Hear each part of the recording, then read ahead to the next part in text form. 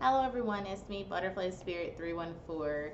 So I was just kind of looking because I just started this video and I'm trying to make sure, like, with my angle of my camera, it's kind of weird with it being up there and me trying to make sure my head is positioned right and all that. Anyway, let's get into this video. So I want to talk about two things that I learned about money. Okay, two things. The first new thing I learned about money from this book I'm reading, which is called The Psychology of Money, is the first thing is that what gets people into debt is has to do with three things. And we have to look at the history of these three things. So the first thing is we have to look at the history of optimism. We have to look at the history of greed, and we have to look at the history of insecurity. Now, many people, if you turn on the TV or whatever, or you go to like a financial planner, or you know, you consult people on, wealth and success and all that. A lot of times people are going to be talking about, when it comes to debt, they gonna be asking you things about, your finances, how much money you got coming in. They gonna be doing calculations, dealing with facts, figures, charts, and stuff like that, comparing you to, other people, and your same, kind of job or industry or whatever. But in the psychology of money, it really shocked me that they were saying that in order to find out why people get into debt, we have to look at three things of optimism, greed, and insecurity. So I was surprised by that because usually, when I think about people being in debt, me being in college, I'm used to hearing people talk about, you know, facts and figures and, calculations and all that stuff, and, you know, complicated shit, as opposed to it being simple stuff. Okay. So, interestingly enough, I think that it makes sense why people would go into debt and all those three things be associated with it. Now, do I know the history of greed? Do I know the history of optimism? Do I know the history of insecurity? Not particularly.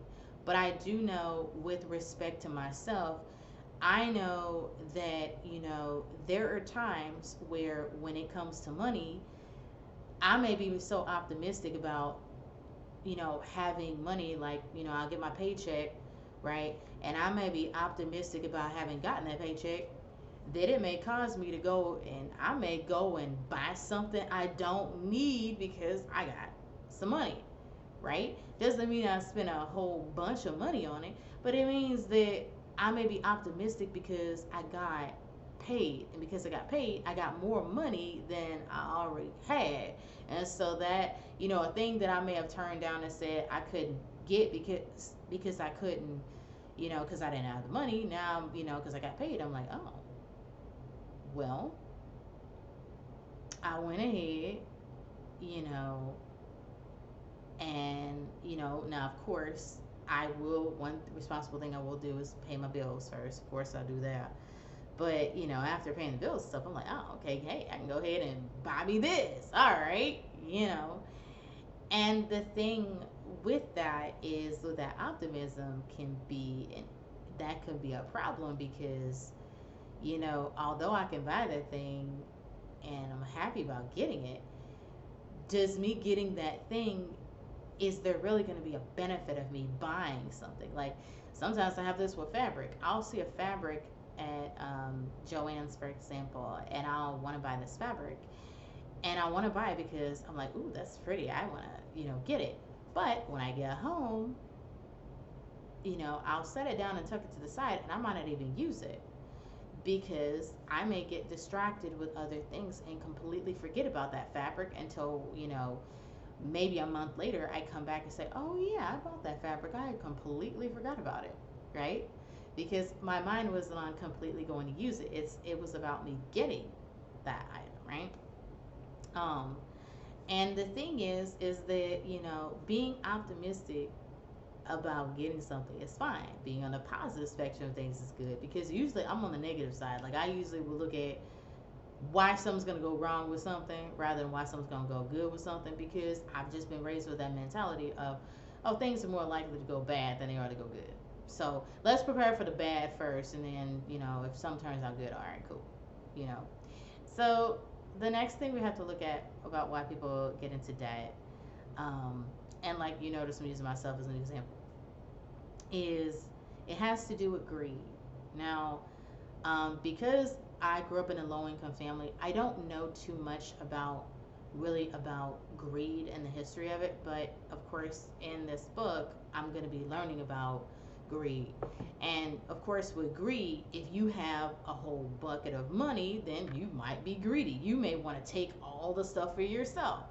Now, I will say, when I go and I buy fabric, I do have that want to get as much fabric as possible, because I'm like, well, I'm getting it at a good price, so, and I have some idea of what I can do with it, but do I use it? It depends. And so, like, I'll be having that internal fight with myself about, okay, well, do I really need this, or do I not really need it? And sometimes I can't even just get fabric even if I don't need it. So I guess I could have a sense of greed, right, that goes with fabric, and I could. But one of the things I learned in the book is about you know being able to getting to enough. Okay, and that's in chapter, I think that's in chapter, I think it's 3 or 4, because I'm on chapter 4 of this book, by the way. So I didn't just, I may have started it a couple of days ago, but I'm like getting through this book because I want this knowledge. Like, I'm at this point in my life where I'm just like soaking up knowledge in these books, and I'm just running with it. I'm just like learning so much. I'm just taking in so much information, and like, I'm liking it. So, and like I said, I do plan to learn more, when it comes to, the history of optimism, the history of greed, Now, of course, when we think about greed, somebody being greedy, of course, you may have somebody with a whole bunch of money because they got a whole bunch of money or whatever. That can make a determination as to why it is that, somebody may decide to get greedy and get a whole bunch of stuff and take from other people, because they feel like, well, I got all this money, so, and it's mine, and they can't afford it, so why the hell, should I be worried about them? And actually, it's in chapter 3, because I'm in chapter 4. Um, in chapter 3, they talk about, in this book, they do talk about situations where you got people who are, multimillionaires, and because of their greed, okay, then they end up losing their fortunes, okay. And interestingly enough, when I was reading chapter 3, interestingly enough, it was interesting that you have, these wealthy people that, they're always comparing themselves to people who are wealthier than them, because they want to get, as much money as possible. So with them being wealthy, they may be wanting to get to the point where, you know, they're comparing themselves to somebody with more money, because they want to get to be on the higher social ladder where they have more money, right? So let's say you got a person and they got $1 million. Well, they may be desiring to get to the point where, they might be comparing themselves and wanting to get to the point where they want to have they want to get to the point where, let's say they have, 25, $25 million. So they may want to get to the point where if they got 1 million, they may want 25 million. So they comparing themselves to somebody that's got $25 million, and they looking at that person with 25 million and say, okay, how can I get there? I want to get to where they at. You know what I'm saying? So they try to do whatever the hell it is they can do to try to get up to that person's level. You know what I'm saying? They ain't comparing themselves to somebody that got less than them. They could carry less. To somebody with $1 million, somebody who might be poor could be somebody who got $200,000. You know what I'm saying? And it blew my mind. Like, as I'm reading this book, I'm like, what? You know what I'm saying? Somebody with $200,000, they doing pretty good. You know what I'm saying? In my opinion. But to a person that's got $1 million, they over here like, they po. They ain't got what I got. And I'm like, damn. People think like that? Wealthy people think like that? Oh, shit. Wow, And, the more money people have up in them billions, the more they looking up to somebody else that's got more than them and trying to climb up to where that person got. And they don't have a definition of enough where they are willing to stop it. They may stop, but it may be at the point where they end up losing all their fortune, and where they may get to. This is why you have situations with these, with people like, there was a guy they were talking about in the book, what's his name? Bernie Madoff, where he basically lost all his fortune. And, companies like, that were gone out of business, that were doing some shady dealings, like, everybody know, Enron and all them, companies and all that stuff. Yeah, out of greed, And some people at that higher level of money, they may not care because they're willing to risk what they got because they got it like that. And they feel like, well, if I got this money, I can get more because they've gotten used to that success, and that luck that they've experienced. You know what I'm saying? So they're thinking, oh, I'm good, So you got greed, right? And then you got the point of, greed versus actually being at the point, being comfortable with just having enough, and people with a whole bunch of money, they may never get to the point where they get to enough. They may not ever get there because they're always chasing after wanting to make more money. And they want to climb that social ladder, and they want to be in that billionaires club. They might be in the millionaires club, but they want to be in the billionaires club, and they want to keep chasing and chasing and chasing. And there are people who are multimillionaires. Like I said, they've lost their fortunes. They've gone to jail. They've lost their fortunes and stuff, and now they have to start over. Yeah, they might get out of jail, but once they get out of jail, they start thinking back to how,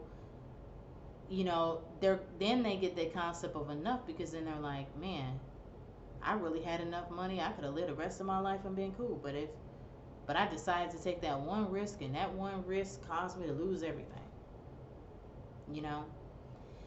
So then we get to third reason about why people get into debt, which is the history of insecurity. Now, I don't know everything there is to know about insecurities, but I will tell you personally that when it comes to insecurity, I do make decisions out of insecurity, just like any of you guys would too.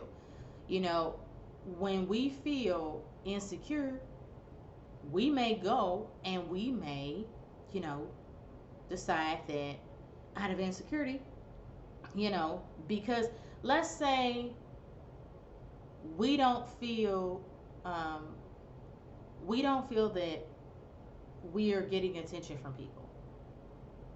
And because we feel like we ain't getting attention from people, we may go out and we may decide, you know what?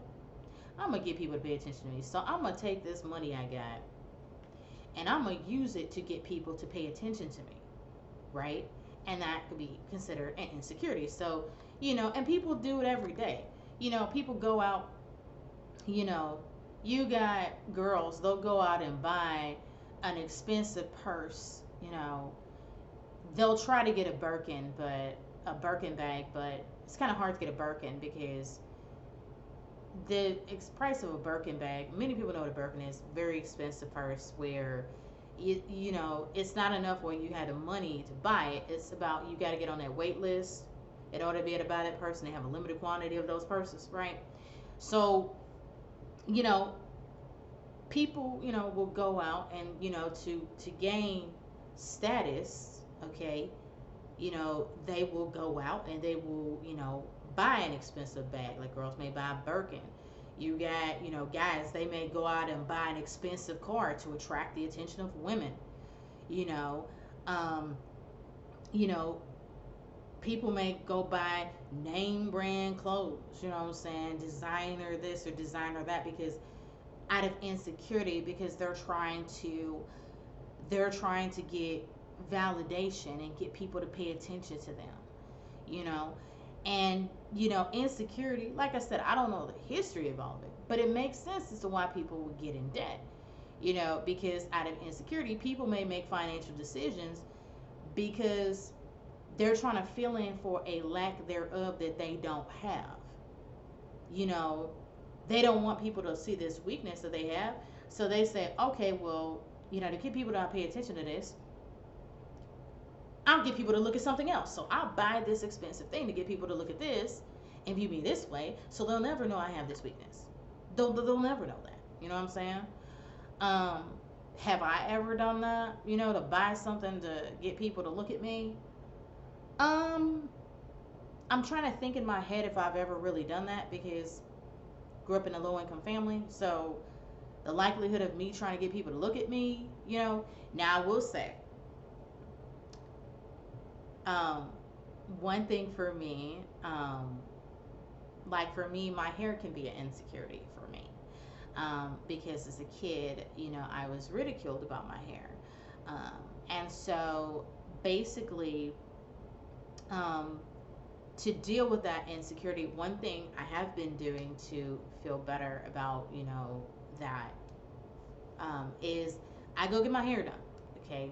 Now, going to get my hair done, I will say to get, people to, to grab attention, yeah, I go get my hair done.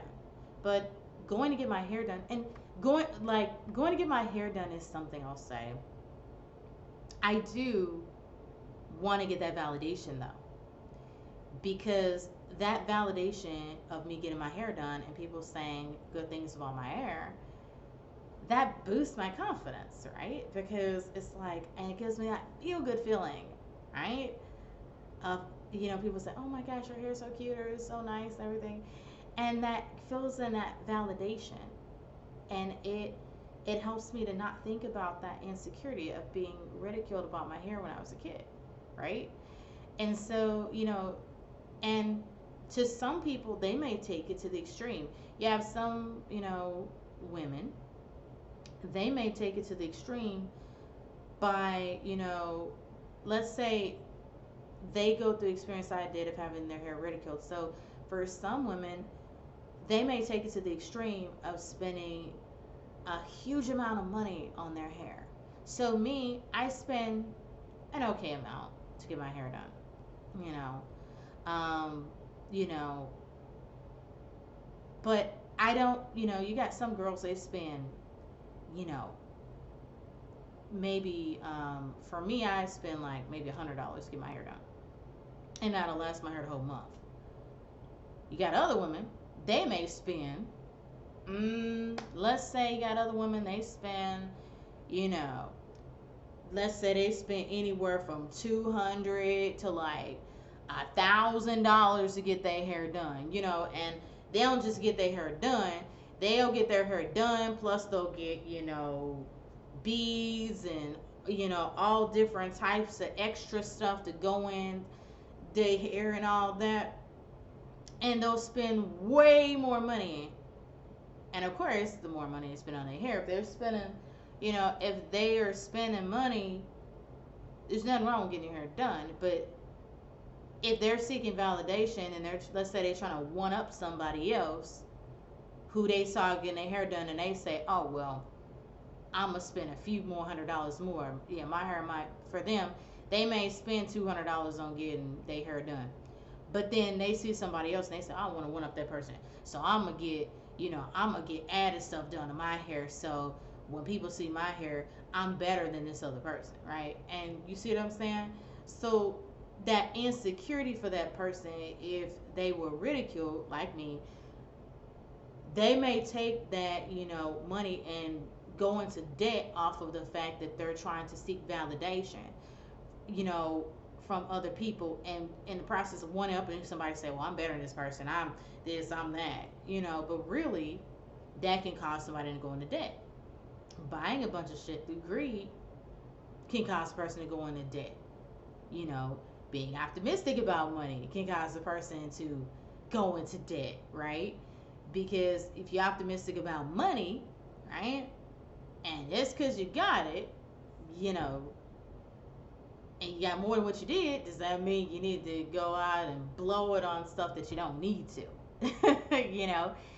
And I really feel like, that I see why money is something that I see why people can go into debt based off my own experience. um I see why, you know the reason people go into debt can be based off of their history with greed, their history with optimism, their history with insecurity. Because sometimes it's our insecurities that we're trying to cover up. Through trying to cover up them insecurities, we may be spending way more money on stuff than what we need to be doing.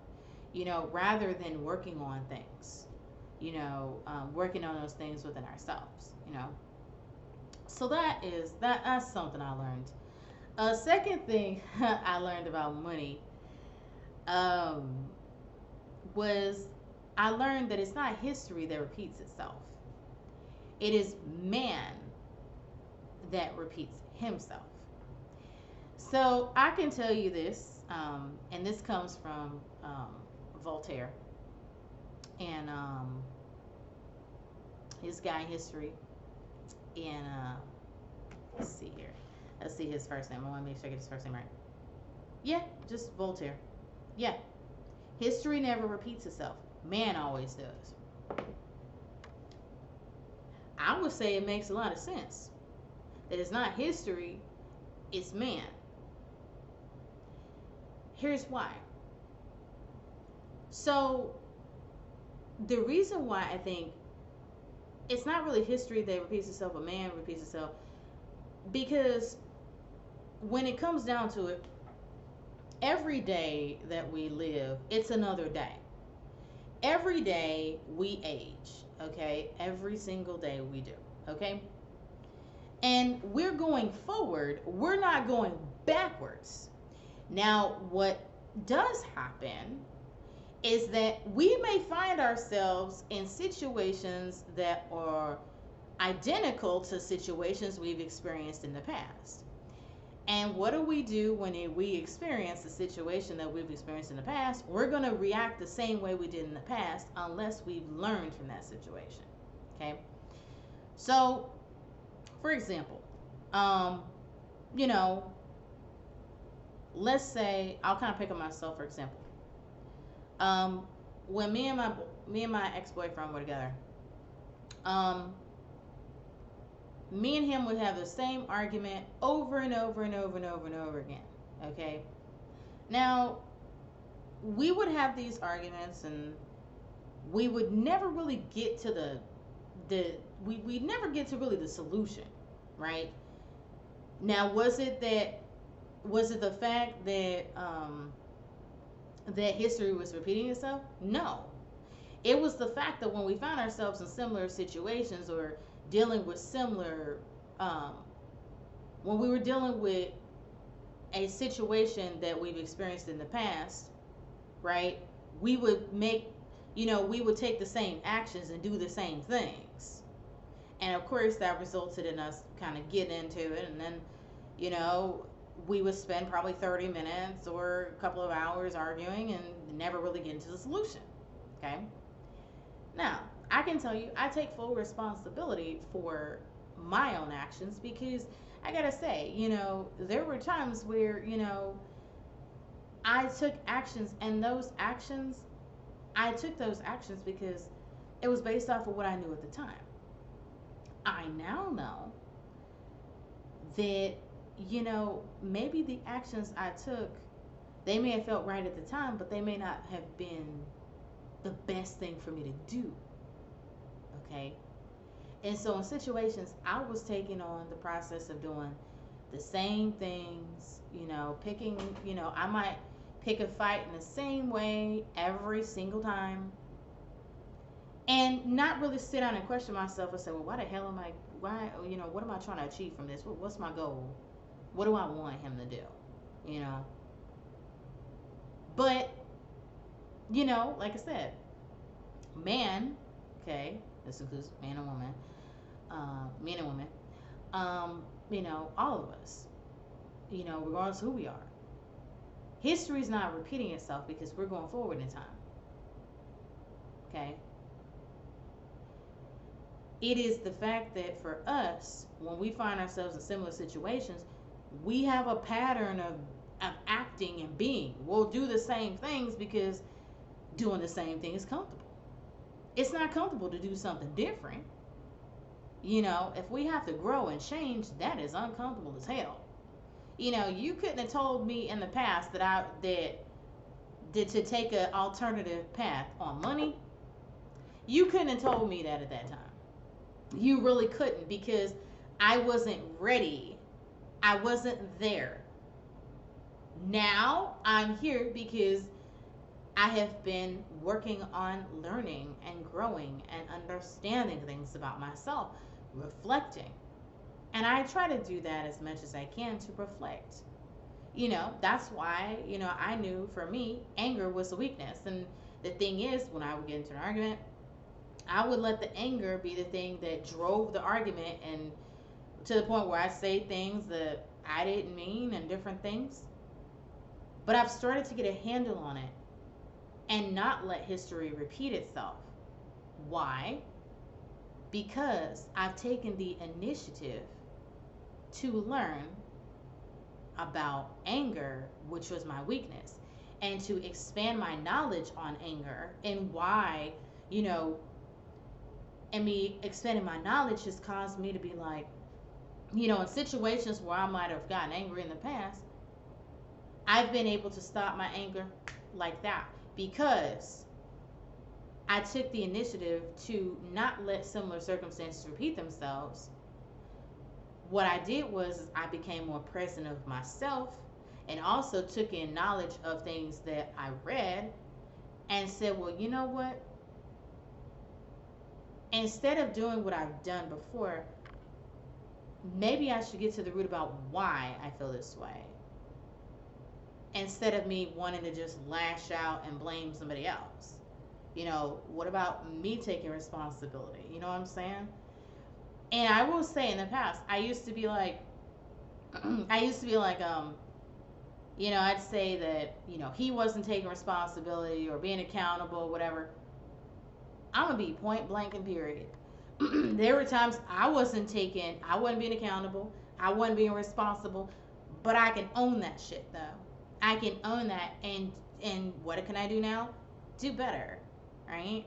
And be a better version of myself. That's what I can do, okay? So, to prevent myself from being in a situation where I follow the same pattern, I'm doing things like reading, researching, learning to understand, applying the knowledge, not just reading something and letting it go out of, I say, that's interesting and let it leave. But if there's something that I learned that I feel like, I can apply it to my own actual life, then I apply it.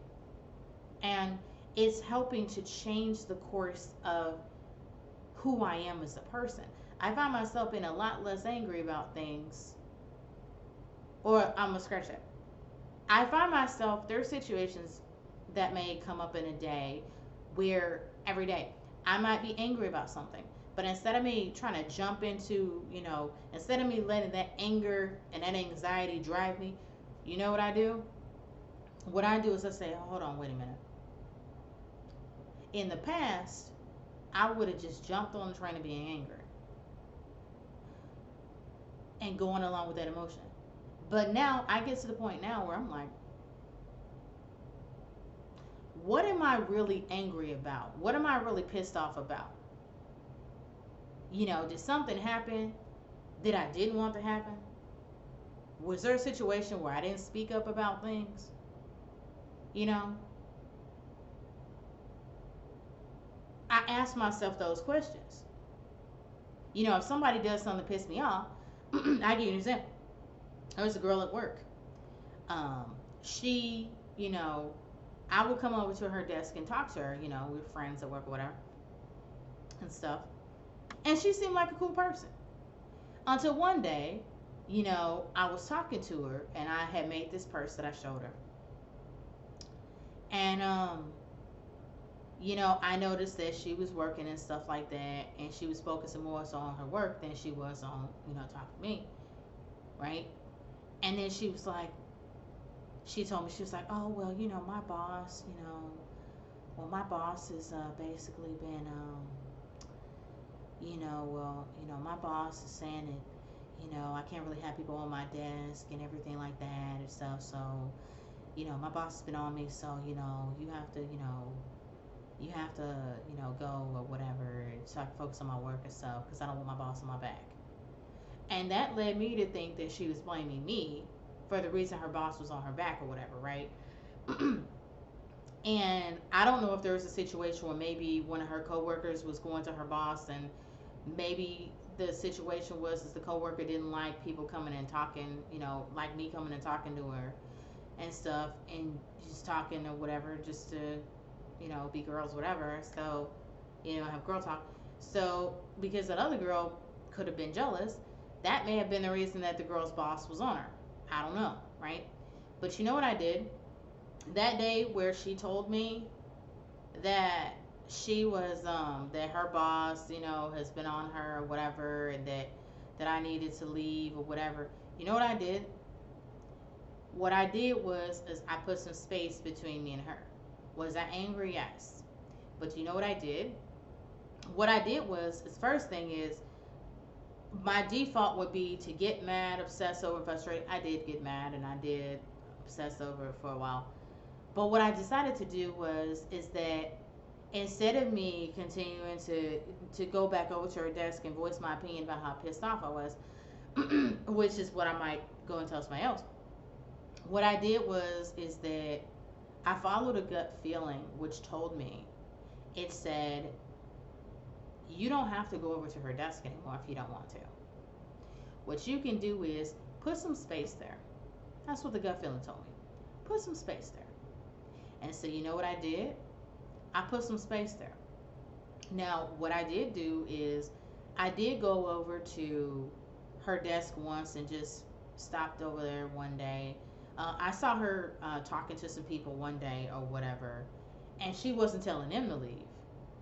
She wasn't complaining, saying her boss was on her or whatever and putting pressure on her to them. It was two people talking to her.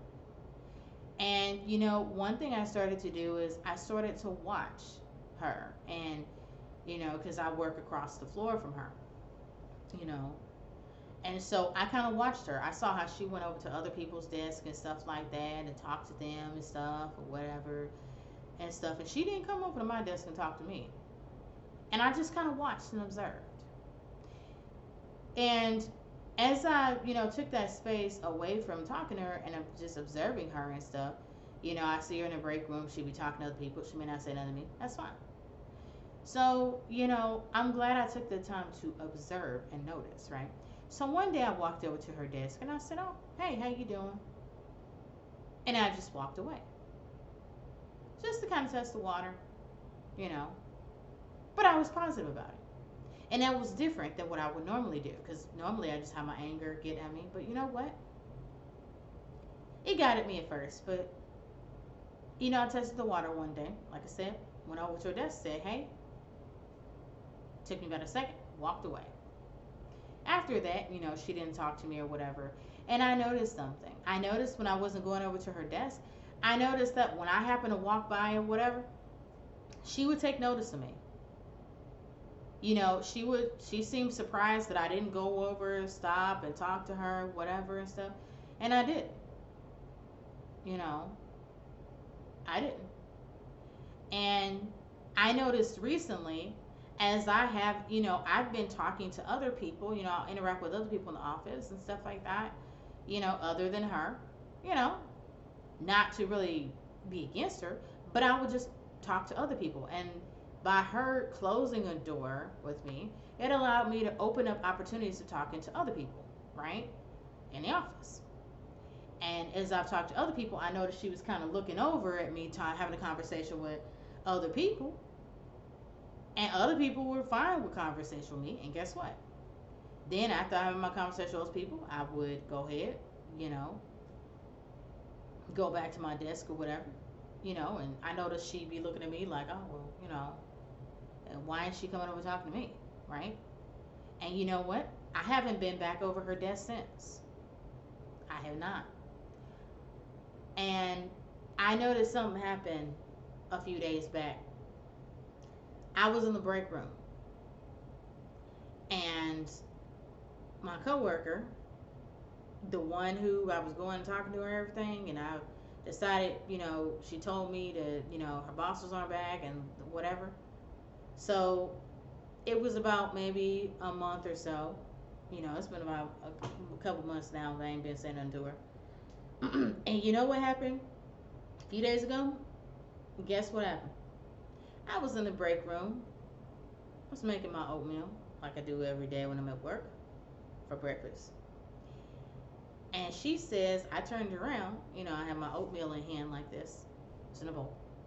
I was about to warm it up in the microwave. And she says, oh, I like your skirt.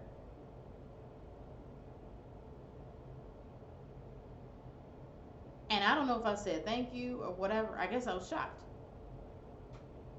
But you know what I did? Even though she said something to me, right? What did I do? I just kept on about my business. She left and went her separate way or whatever.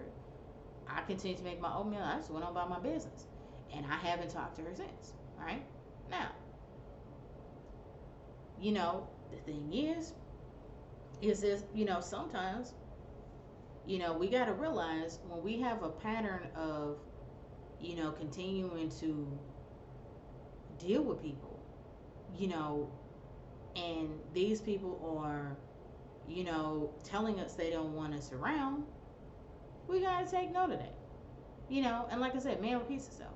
I've had situations of when I was growing up, I would continuously go around people, even if, at my own expense of disrespecting myself.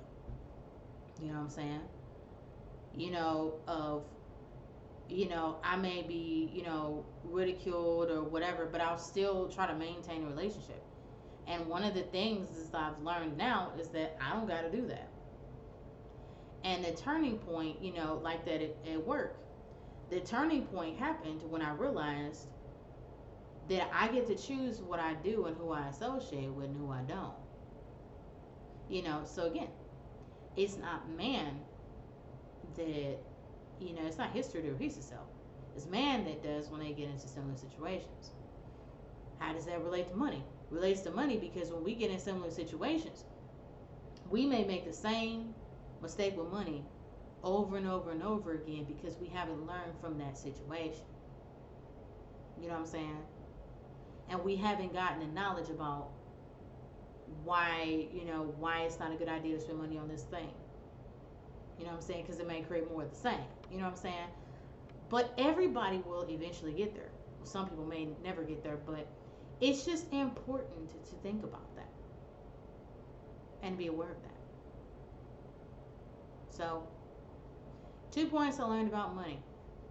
Number 1, the reason why people get into debt, it ain't got nothing to do with facts and figures and charts and interest rates and all that stuff. It's got everything to look at, looking at the history of optimism, looking at the history of greed, and looking at the history of insecurity. Second point, it's not history that repeats itself. It's man that does. Thank you for watching. Bye.